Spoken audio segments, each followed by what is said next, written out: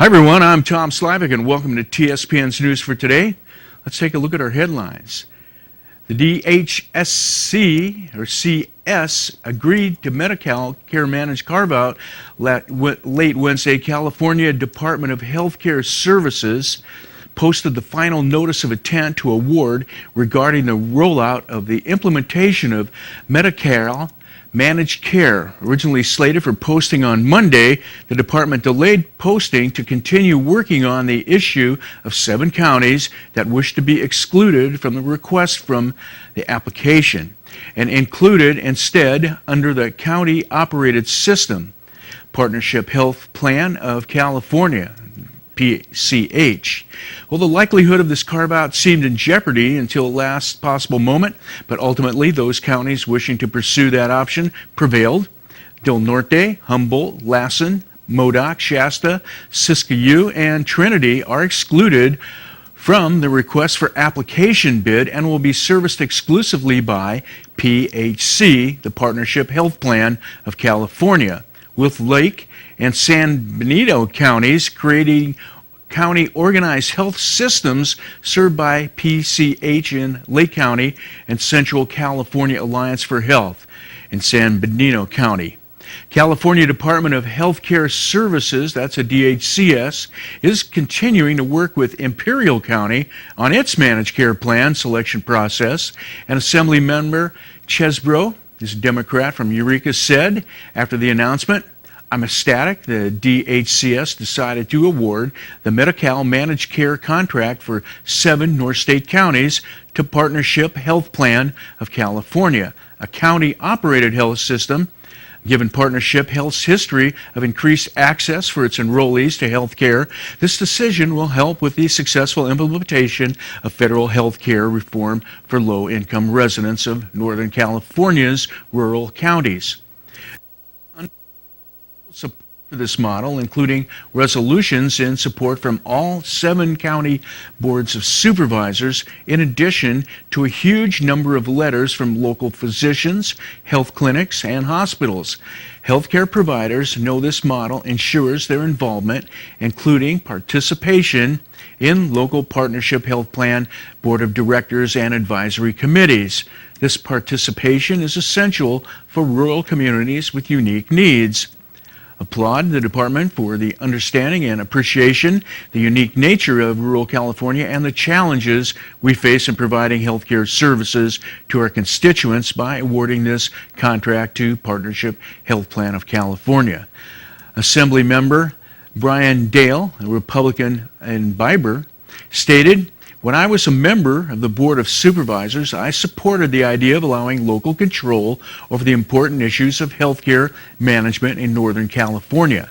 I want to thank the governor for listening to rural counties and allowing for this exemption, which will provide better healthcare opportunities to families in these rural areas. The remaining 18 counties, Alpine, Butte, Calaveras, Colusa, El Dorado, Glen, Inyo, Mariposa, Mono, Nevada, Placer, Plumas, Sierra, Sutter, Tehama, Tumalamine, and Yuba counties will be serviced by the 2 entities that succeeded on each component of the request for application, and that's Anthem Blue Cross and California Health and Wellness Plan, a subsidiary of Centene Corporation."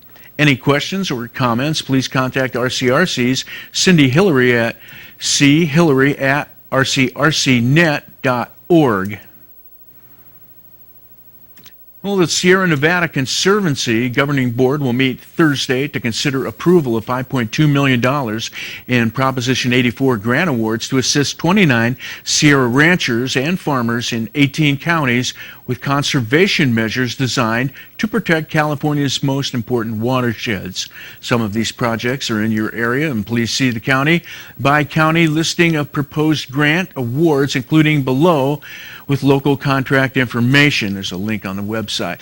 Proposed will result in reduced erosion, meadow and stream restoration, conservation, easements, infrastructure, development, invasive species removal, and pre-project environmental work.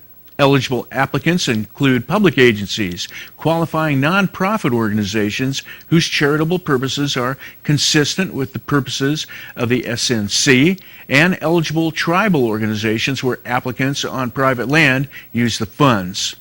Prop 84 regulations require there must be a demonstrated benefit to the public. The SNC will issue a news release from the board meeting Thursday afternoon with a final decision by the board. More information about the board meeting can be found here. On February 19th, the State Water Resources Control Board approved a streamlined process to administer residual bond funds. The funds are from bonds previously committed to projects that were disencumbered and from previously awarded projects that either completed work under budget or ultimately declined their funding awards. Currently, there is approximately $10.9 million available to commit to small disadvantaged community wastewater projects with populations less than 2,000, make that 20,000, and a median household income of less than 80% of statewide. It is also anticipated that at least $2.2 million in additional residual bonds may become available for those types of projects in the future. These funds will be made available to small disadvantaged communities through the Clean Water State Revolving Fund program, and it will allocate in a manner that is consistent with the eligibility requirements and funding amounts outlined for CWSRF, that's a Small Community Grants Fund, in the intended use plan. For additional information, please contact the State Water Board at Clean Water SRF at wwaterboardscalifornia.gov. Clean Water, Water Boards. Any questions or comments, please contact RCRC's Kathy Mannion at kmannion@rcrcnet.org. And the Foothill Conservancy is pleased to announce the appointment of a new executive director, Celia Smith. Cecilia brings with her over 10 years' experience working for environmental nonprofit organizations before joining the Foothill Conservancy. Celia was the water resources specialist for Prairie Rivers Network, Illinois, only statewide river protection and conservation nonprofit, and her program work included reform of the Illinois water supply management policies and reviewing and writing comments on Section 404 dredge and fill permit applications to the Army Corps of Engineers. She also worked toward reform of the Corps' project process and management policies on the upper Mississippi River. I'm a native of California and spent most of my growing up years in different parts of the state, from southern to central California. Cecilia said, "My love of the outdoors grew directly from experiencing California's incredibly varied natural areas. I'm excited and proud to be working for the Foothill Conservancy, an organization with a long history of achieving major victories to protect the McCullough River and its home counties." Cecilia said, "I'm so happy to be home, living here in California, a landscape of my heart. We're really excited to have her on board," said Foothill Conservancy Board President Catherine Evett.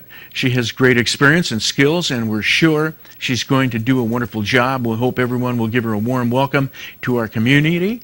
And Cecilia works forward to working with local residents and hopes they will stop by the office to learn more about the Foothill Conservancy's current projects. You can reach her at email at CECILY@Foothill, CONSEVERNCY.org, or by phone at 209-295-4900. And the next Amador County Technical Advisory Committee meeting is set for Monday, March 11th, Conference Room A, the County Administrative Center, 810 Court Street, Jackson, at 10 a.m.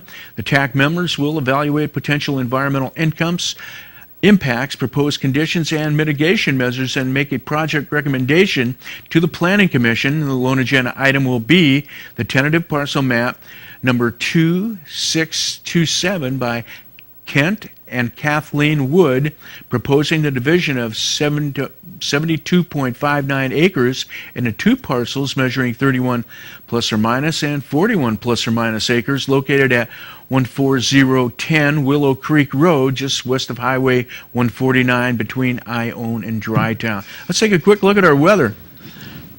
Well, we can see there's a lot of blue in our area, and there's just a slight chance of rain today with a high of 61, a low of 40, winds out of the south 6 to 10 miles an hour.